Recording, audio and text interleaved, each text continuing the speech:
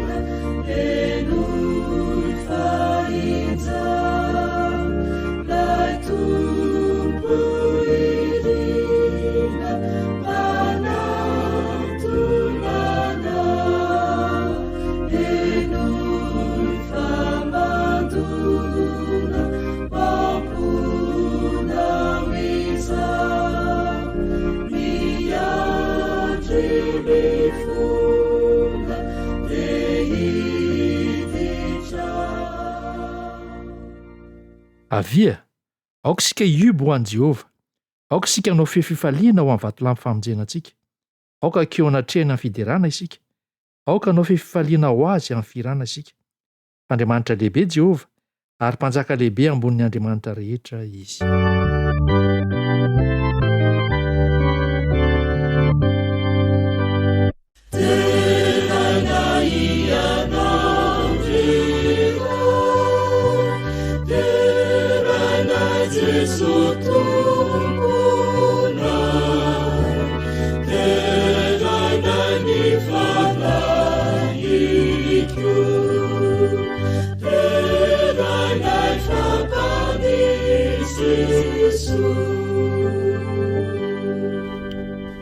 Iaraka ivavaka isika, ray masina tsara indrindra zay ny an-danitra, anao hatrany ny dera sy ny fisandratana, ny voninahitra sy ny hery, satria efa anao hatramin'ny taloha indrindra zany ary anao mandrakizay. Tsy tafetra ny herinao, ary tsy voasakana ny elanelana sy ny fotoana, koa dia manatre tompo amin'ny fahafenoana, naiza andrenesana an'izao afatra manokana sy onjam-peo izao. Amin'ny anaran'i Jesosy. Amen.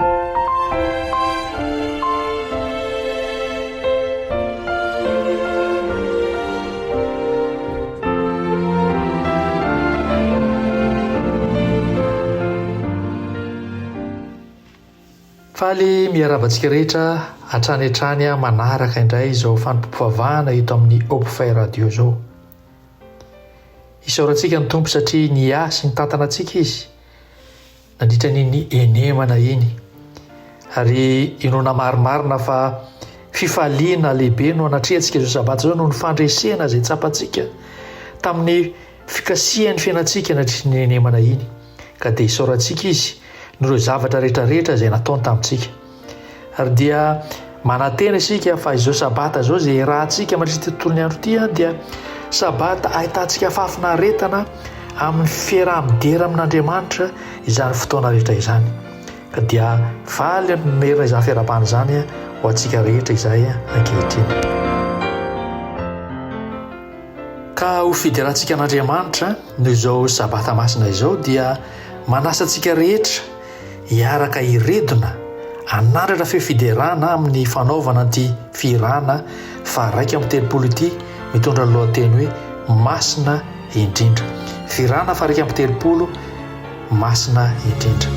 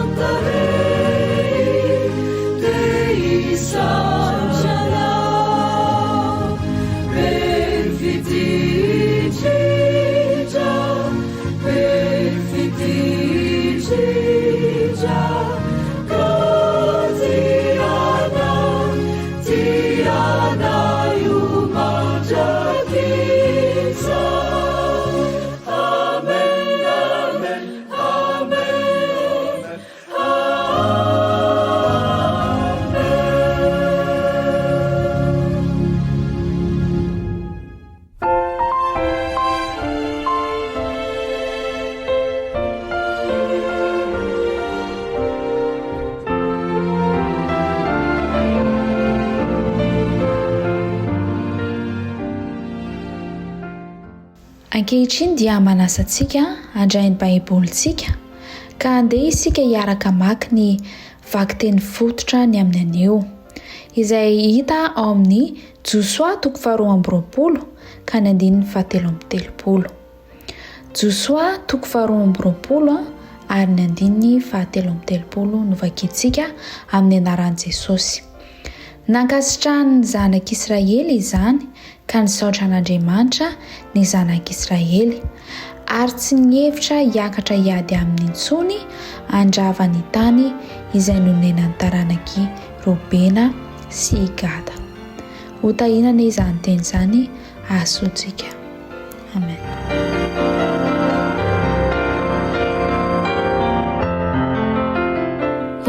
hanondrika aloha isika hivavaka. Andriamanitra mbola misaotra anao indray noho ity tombonandro vaovao izay mbola nomenao anay ity. Misaotra noho ity sabata ity Jesosy, sabata natao hitsaharana ho anay, ary misaotra noho ny fiarovana izay nataonao ihany koa tamin'iny enemana iny. Ankehitriny izay Jesosy dia mangataka ny famindram-po, famelan-keloka avy aminao mba ho asarinao aminay tsirairay avy. Ary amin'ity andro an'ity dia raha eno ny teninao izahay dia mangataka amin'ny fananao masina mba hitoetra aty anatinay, ary mba ahay andray ny teninao anay izahay, hanovanay anay izany teninao izany. Ankehitriny dia entinay manokana hambavaka ny mpanomponao izay mitondra ny teninao amin'ity andro an'ity, mangataka aminao mba hameha anazy ny fananao masina mba ahafahany milaza ny tena avy aminao. Meteza ary ianao hiara-dalana aminay mandritra izany tontolo andro izany. Zavavaka izany tononona sy angatahana amin'ny anaranao, sotray malalo. Amen.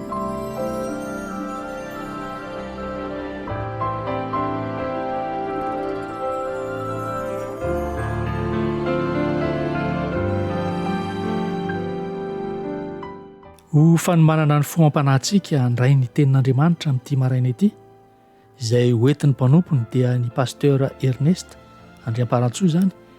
dia manasa anao hanaraka sy hiaino ity hira anankiray ity.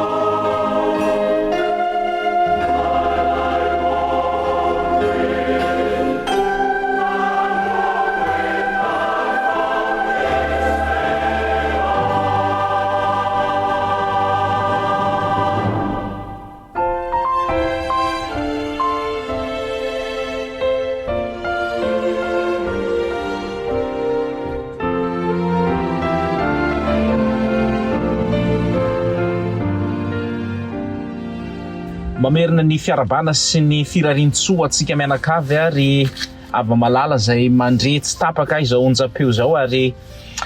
no ny antony maro samihafa dia tsy maintsy eto no manaraka izany fampianarana izany. Raha toka no ny aretina sanatry mivava de mivavaka mba okasian Jesosy manokana ilay mpanasitrana lehibe ny aretina ka dia fahanao mitsangana indray ary isy restauration mahagaga ane eo amin'ny vatanao sy ny sela rehetra ao anatinao ka dia ho salama tsara ianao zany ny firariana. Raha toka no ny asa sy ny adidy amandraikitra kosa ka tsy afaka mandeha any amin'ny toerana zay ahafahana manao fanompoam-pivavahana dia mivavaka ihany koa mba hanomezan'Andriamanitra ny fahafahana manokana anao ny amin'izany ka ahafahanao mijoro vavolombelona fa lehibe Andriamanitra ary izy ny tokony ekena mihoatra ny olombelona. Raha toka sanatria ihany koa hoe noho ny antony ratsy fahoriana sy ny toe-javatra maro samihafa no mety tsy maintsy andrenesanao ny onjam-peo dia mampahery anao mba hitraka fa Andriamanitra dia afaka mampionona ary afaka manasitrana andry ny zavatra rehetra ireny. Samy manana ny toerana zay misy azy fa Andriamanitra micomprendre hoe aiza ny toerana misy anao amin'izao fotoana izao fa rehefa ao tsara ny sainao sy ny fonao ny état d'esprit anao miatrika ny fotoana na dia amin'ny onjam-peo sy ny fandrenesana aza dia hanovanao manokana izany ary hitondra fitahiana lehibe eo amin'ny fiainanao. Ka dia mamakivaky ny bokin'ny Josoa isika marihako hatrany fa efa tsy ho ela mety herinandro anankiroa eo zany sy sabata roa dia hifarana tia bokin'ny Josoa ity. Ka ny Josoa toko faharoa amby roapolo zany no hojerentsika androany misy zavatra maromaro izay tia nasongadina ao anatin'ity Josoa toko faharoa amby roapolo ity. Zany hoe ny contexte zany de nisy foana ny ady ny fanandrinana teo amin'ny natramin'ny zanak'Israely aza de nisy foana ny ady, misy ny korotandrotana, misy ny tsy fifankahazahoana ary misy ihany koa nefa nireo zavatra maro samihafa zay ady natrehana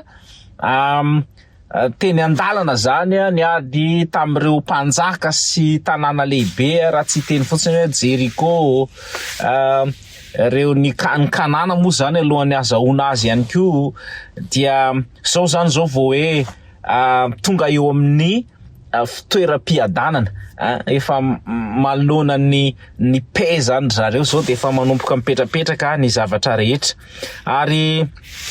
ny fokony Robena sy Gada zany sy ny atsasaka ny fokony Manase de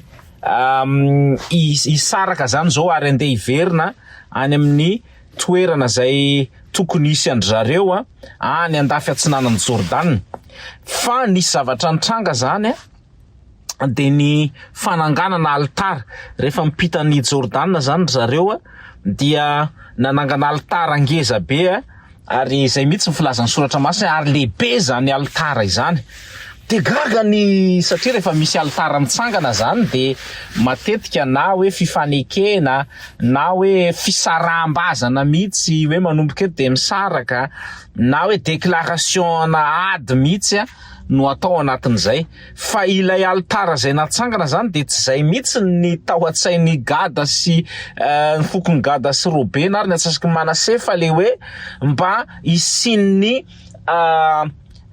fifanantonana kaikay kokoa amin'Andriamanitra lay tao an-tsaindry zareo zany de hoe anangana an'tytsika mba ho an'ny taranaka sy ny ho fatandry zareo ho apita any amin'ny taranaka zany hoe nisy zavatra lehibe zay nataon'i Jehova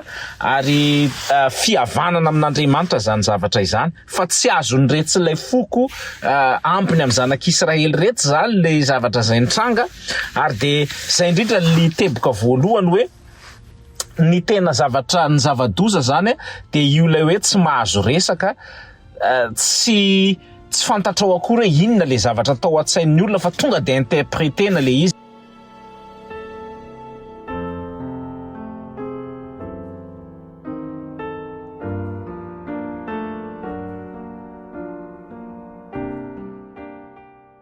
izy niteboka voalohany zany de hoe tandremo tsara miinterpréter ny zavatra rehetra eo amin'ny fiainana, eo tokantrano, eo amin'ny fiarahamonina, eo amin'ny raitam-po aminao, eo amin'ny mpiray fiangonana. Tsy azo atao foana ny miinterpréter ny zavatra rehetra hoe tonga zany ianao de manao fitsarana ivelany fotsiny. Eo amin'ny andininy fa andonge vakitsika ny andininy manomboka eo amin'ny andininy fahafolo moa zany ka hatramin'ny faharoapolo. Ary raha tonga teo amoron-Jordana eo amin'ny tany Kanana taranaka Robena sy Gada sy ny antsasaky ny firenena Manase de nanolona altara teo izy ary lehibe ny fijery zany altara zany. Ary ny zanak'Israely nahare hoe indreo ny taranaka Robena sy Gada ary ny antsasaky ny firenena Manase fa nanorona altara tsisy ny tany Kanana eo amoron-Jordana anatin'ny tany zanak'Israely. Ary noho ny zanak'Israely zany de niangona tao silo ny fiangonana de ny zanak'Israely mba hiakatra hiady aminy. De naniraka ny Fineasa zanak'Elezera mpisorona ny zanak'Israely ny amin'ny taranaka Robena sy Gada ary ny antsasaky ny firenena Manase any amin'ny tany Gilead sy lolona 10 koa niaraka taminy. De lolona iray isam-pirenena tamin'ny Israely rehetra samy lohan'ny fianakaviany tamin'ny arivon'Israely ireo. De tonga tany amin'ny taranak'Israely Robena sy Gada ary ny antsasaky ny firenena Manase tany amin'ny tany Gilead ireo ka niteny taminy hoe izao nolazain'ny fiangonan'i Jehova rehetra. Inona izato fahotany nataonareo amin'Andriamanitra ny Israely no niala tamin'ny fanaranan'i Jehova ianareo androany tamin'ny androanareo altara ka mihodina amin'ny Jehova kehitriny. Zavatra kely loatra amintsika va ilay eloka atao ny amin'ny Peora izay tsy mbola no adiovantsika ny tenantsika ho afaka amin'izany mandrak'androany na de efa nisy aza ilay areti-mandringana tamin'ny fiangonan'i Jehova no de mihodina miala amin'ny fanaranan'i Jehova ianareo anio. Raha mihodina amin'ny Jehova ianareo anio de ho tezitra amin'ny fiangonana de ny Israely rehetra izy rahampitso. Kanefa raha maloto ny taninareo dia mita ho any amin'ny tanin'i Jehova izay toerany tabernakan'i Jehova ka any maka fonenana fa aza mihodina amin'ny Jehova na mihodina aminay amin'ny andrenanareo altara fa tsy ny altaran'i Jehova Andriamantsika. Tsy nandika ny didy va akana zanak'i Zera tamin'ny zavatra voahozina ka nisy fahatezerana nahatratra ny fiangonana de ny Israely rehetra ary tsy ho lehilahy irery io ihany no maty tamin'izany elony zany. Eo zany le tonga de hoe vao nahita le altara de averindrareo fa hanompo sampy le izy raha teo ary mbola ary amin'ny tany zanak'Israely ary zany nefa zareo andeha hiverina de hoe andeha hihodina amin'ny Jehova de tonga zany dia manao an'izay zavatra tsy azonao akory le izy hoe inona le zavatra mitranga. Tandremana tsara zany rehefa misy zavatra mitranga dia inona aloha no atao voalohany ho hitantsika eo aloha zany hoe inona no nataondry zareo fa efa izay nivakitsika teo zay raha teo izay zavatra zay hoe ny mahatonga ny fampitehan'ny fifandraisana amin'Andriamanitra, ny fifandraisana amin'ny mpiray fanantenana, mpiray fiangonana, mpiara-mivavaka, mpiara-mino dia tandremo fa io le resaka tsy fahazahoana zavatra io tsy azonao akory le izy fa tonga dia manao assumption zany ianao anatin'le izy. De ohatr'izay mihitsy ny olana amin'ny fiangonana tsy de le hoe zavatra vany ivelany sy ny fanenjehana fa ao anaty de mifanipaka toy ny valalakarona de miady tahaka an'ireny adala ireny ny mpiray fiangonana de mila mifampicomprendre, mila manontany, mila misy zavatra atao zany fa tsy tonga de mitsaratsara ivelany fotsiny mila tahaka an'ireto zanak'Israely reto zany de zany manimba amin'ny fianakaviana. Tsy fantanao akory ohatra hoe inona dikan'ilay message, inona dikan'ilay raha ohatra hoe telefonan'le rangana, telefonan'le ramatona, telefonan'ny ankizy, inona ny anton'izany fihetsika zany de tonga zany dia mijuge anao zany manoloana an'le zavatra zay mitranga. Ka mila mitandrina tsara zany tsika manoloana an'ireny hoe manao préjugement isika, manao assumption amin'ny zavatra rehetra izay mitranga ireny. Ka melohan'ny anaovana réaction zany de mila mivavaka ry ava-malala, mila mangataka fahazavan-tsaina avy amin'Andriamanitra ary mo ve tena nametraka fantahina maromaro ve ianao aloha hoe inona ny antony, ahoana mahatonga an'izao, mba manao analizy tsara ve, nandinika elaela ve sa tonga dia mipetaka avy hatrany ary de tafalatsaka ao anatin'ny fandrika na ny komity na ny fiangonana na mpiray fanantenana na fianakaviana vokatra ny zavatra izany.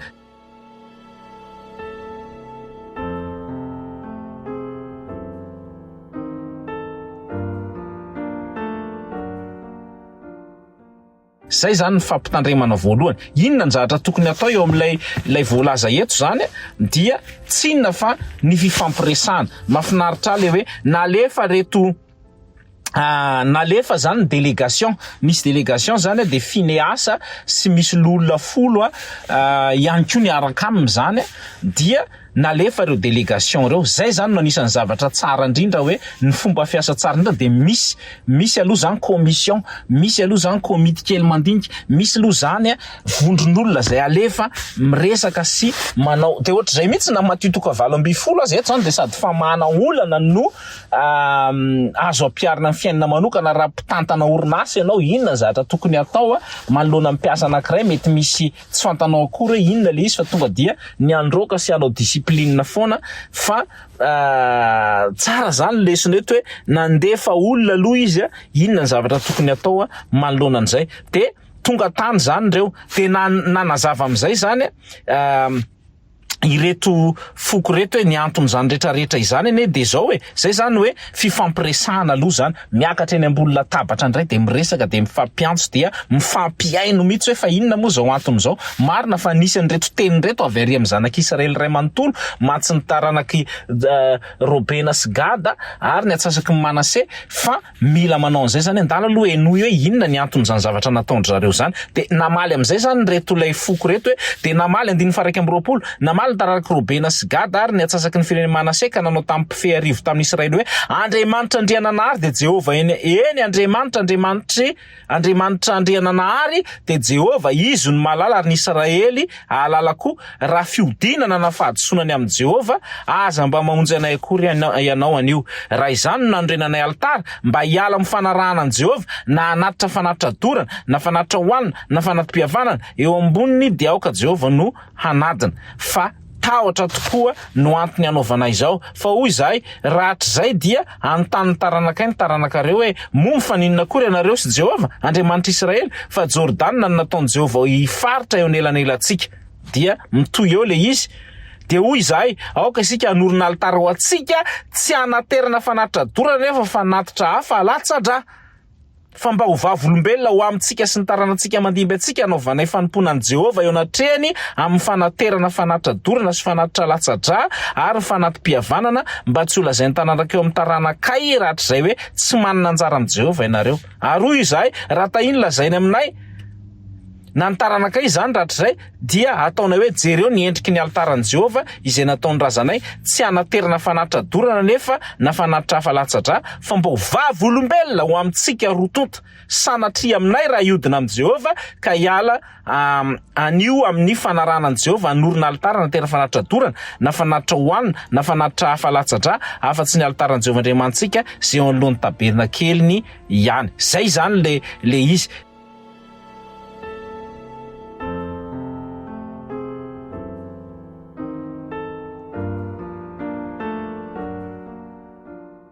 de nazavaina am'izay zany le izy satria mantsy hoe rehefa hanao alitara eo zany zao dia ohatrany hoe miodina amin'i Jehova ny fanaterana fanatitra ho dorana mantsy de any amin'ny tabernakely ihany ka rehefa niala ry zareo zany de nanorina alitara mba ho vavolombelona eo amoron'ny Jordana zany dia neverindra hoe miodina hoe rehefa tady anangana alitara manokana ty nefa tokony ary amin'ny tabernakely foana ny manao fanatitra sy ny sisa miodina amin'i Jehova zany reto olona reto ary tamin'izay fotoana zay zany rehefa nazavaina hoe tena sanatry de sanatry mihitsy eo anatrehan'Andriamanitra Andriananahary fa tsy zany ny tao an-tsainay fa izao de nazavaina zany le resaka rehefa azavaina zany ny zavatra anankiray rehefa mifampiresaka rehefa arahana tsara ny dinkana rehetra tahaka an'ity voalaza ity de tadidio fa misy ny fiadanana misy ny filaminana azonao zavatra ao an-tsain'le olona mazava tsara zany lalakombana eto amin'izao fotoana izao ary dia tsy nanadino zany zareo fa zavatra ho ampitaina amin'ny taranaka fa manana anjara amin'i Jehova ozy izy izahay na dia lasa miala ty andafin'ny Jordana ity azy ka tsy azo atao zany no hoe mangina fotsiny de tsy miresaka de tonga dia andeha hiady tonga dia anangam-bovona tonga dia anangatsandry amorotra tanan'akanjo fa mila mifampiresaka na roviana mamaolana zany ny zanak'Andriamanitra eny lesona lehibe na ho ampitantana mpitondra na enina ny firenena aza dia ny fiakarana eo ambony latabatra no vahaolana tsara indrindra ary mifampiresaka ny zavatra rehetra izay atao ka Jesosy moa dia izy lay mpitondra fiadanana izy lay mafy fiadanana, izy mihitsy ilay fiadanana de mpanome fiadanana. De raha misy ny conflit zany na any anaty fiangonana, fianakaviana zay misy tsy fankazahoana, de misy ny antsoina hoe manao dialogue, manao fifampiresahana, fa zany ny zava-dehibe. Na de ao atokantrano aza mila misy zay zavatra zay, ary dia miaino, misy fifampiainona. Ny tena zava-dehibe amin'ny communication mantsy de tsy ianao le miteny foana, fa ianao le miaino mihitsy, ary ao anatin'ny fanetretena, ao anatin'ny fanan'Andriamanitra zay miasa, dia miala avokoa zany ireny fiahiahina sy ny mety fisalasalana ny tsy fahazahoan-javatra rehetra ireny.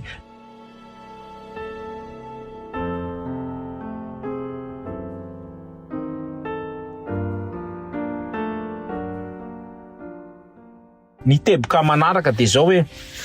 ilaina foana kay ny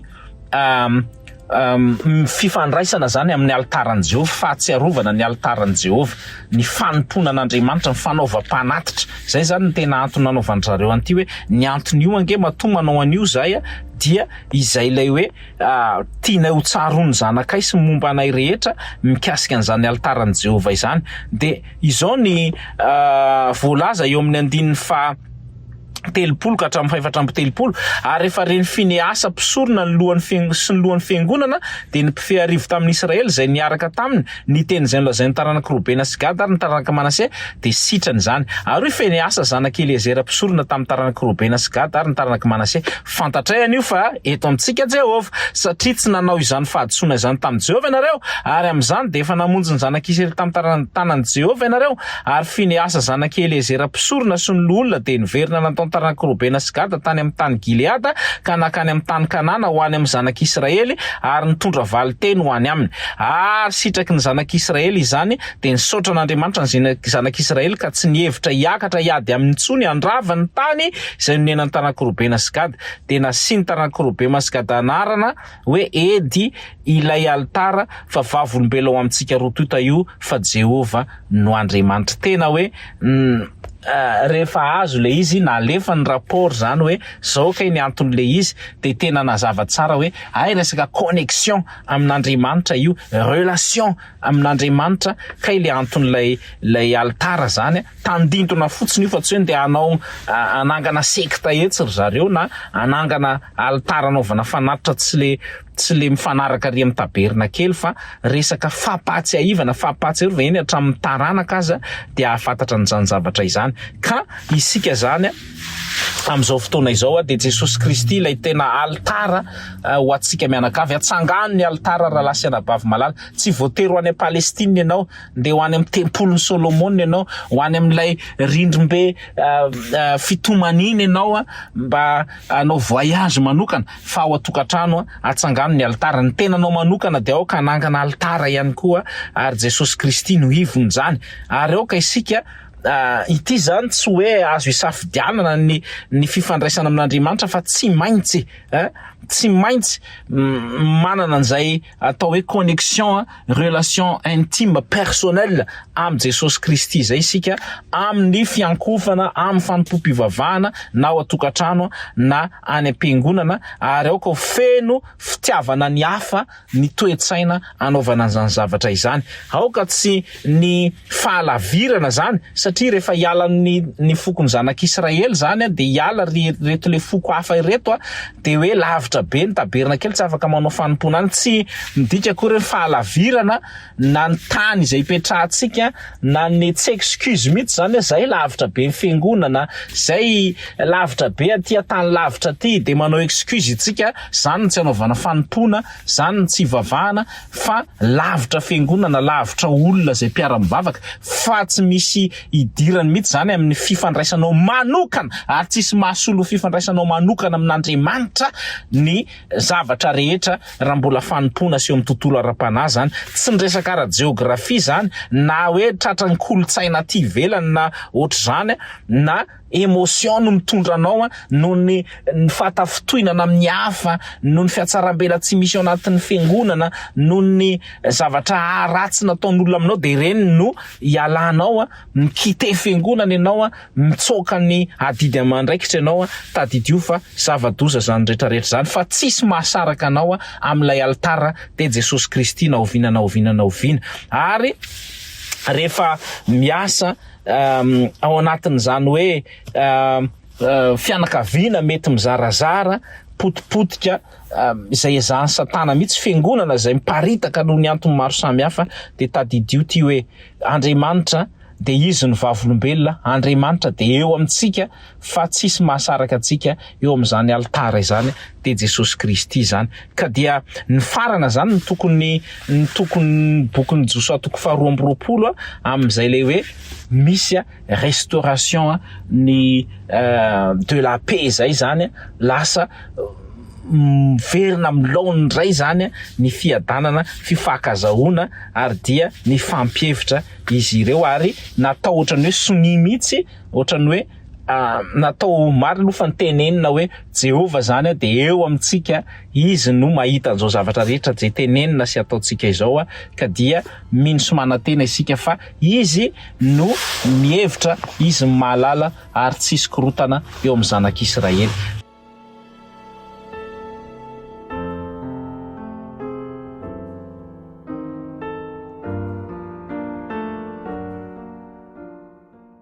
Raha lasana bavy malala, ny lesona zany sy ny antso anao rehefa misy toe-javatra sarotra de atsangano ny altara, ary ao ka ho feno altara mbavaka, altara ny fifamelan-keloko, altara ny firaisana, ny unité tandremo tsara, ao ka mba hisy an'izany. Raha misy ny tsy fankahazahoana zany lasa misy zavatra tsy azo eo anatin'ny zavatra ataon'ny olona anankiray na toetran'olona anankiray na fietsika na fitondran-tena, de aza tonga de mamaly avy hatrany amin'ny ady sy ny korotana, fa aoka anana fahendrena tsara nizany zanak'Andriamanitra. Ary ambonin'izany rehetrarehetra izany de aoka ny patena ijoro vavolombelona isika, fa isika dia an'lay lay altara lehibe de Jesosy Kristy. Jesosy lay mpamafy fiadanana, izy lay tompon'ny fiadanana, de izy raha teo no amitrana an'izany rehetrarehetra izany amintsika mianakavy. Samy mahery ary mino fa niovandray ny fisainanao zany manoloana ny toe-javatra sahala amin'izany isan'andro san'andro eny amin'ny andavanandrom-piainana eny. Ivavaka isika.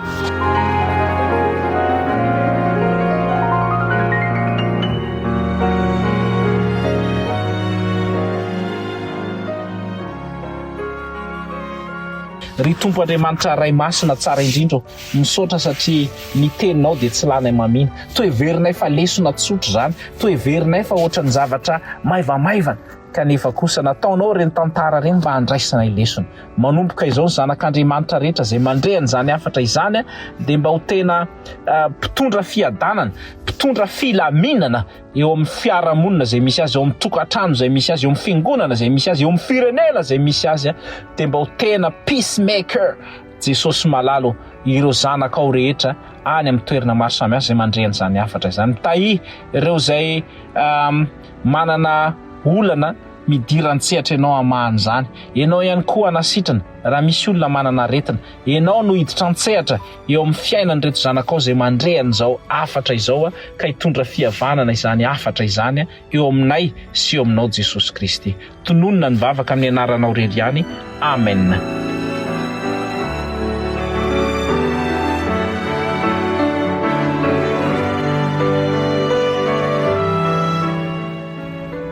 Mahereza ry ava malala, ny tompo no omba antsika mianakavy.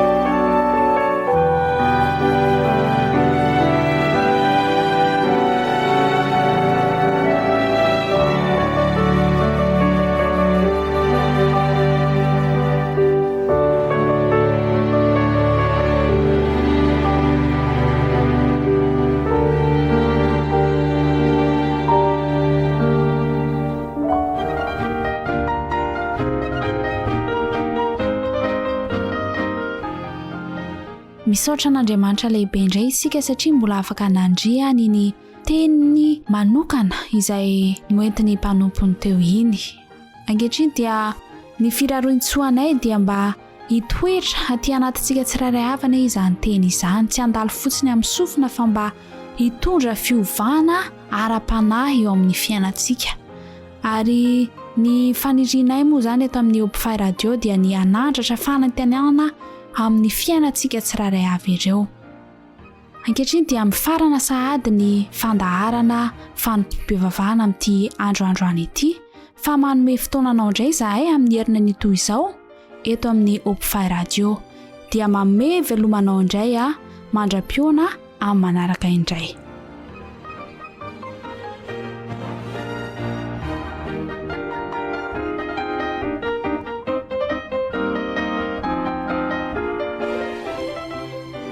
Narahinao teo Fanompoam-Pivavahana eto amin'ny Hopfy Radio.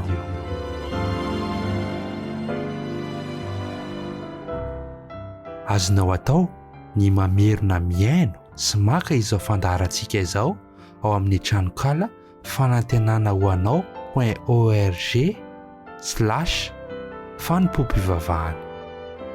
Ho sabata feno fitahina, ho sabata feno fahasambarana, ho sabata feno fifalinana ity tontolo androntsika anio ity.